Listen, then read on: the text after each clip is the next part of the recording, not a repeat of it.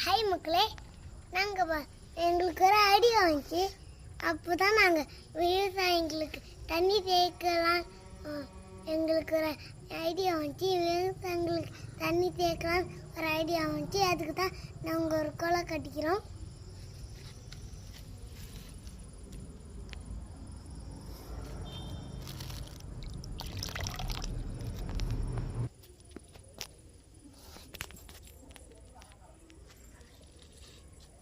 இங்குதான் மக்களே எங்க விவசாய